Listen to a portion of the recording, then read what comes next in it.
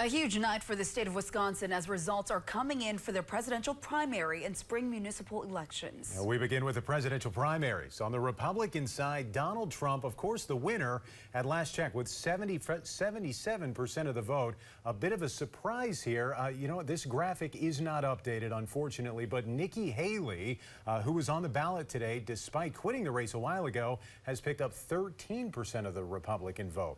Now, on the Democratic side, President Biden carries the Democratic vote with 87% of the vote. A lot of eyes on that uninstructed vote as part of a movement among Democrats to send a message to Biden over his handling of the war in Gaza. So far tonight, 9% of Wisconsin Democrats have voted uninstructed.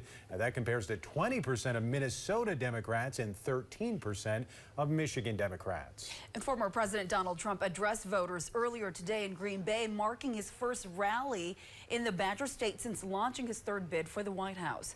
Today, he called on President Biden for a debate.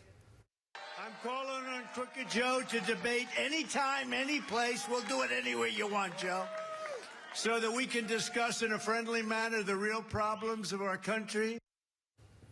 And ahead of Trump's visit to Green Bay, the White House today announced President Biden will return to Wisconsin next week. Biden will travel to Madison on Monday, where he's expected to talk about lowering costs for Americans.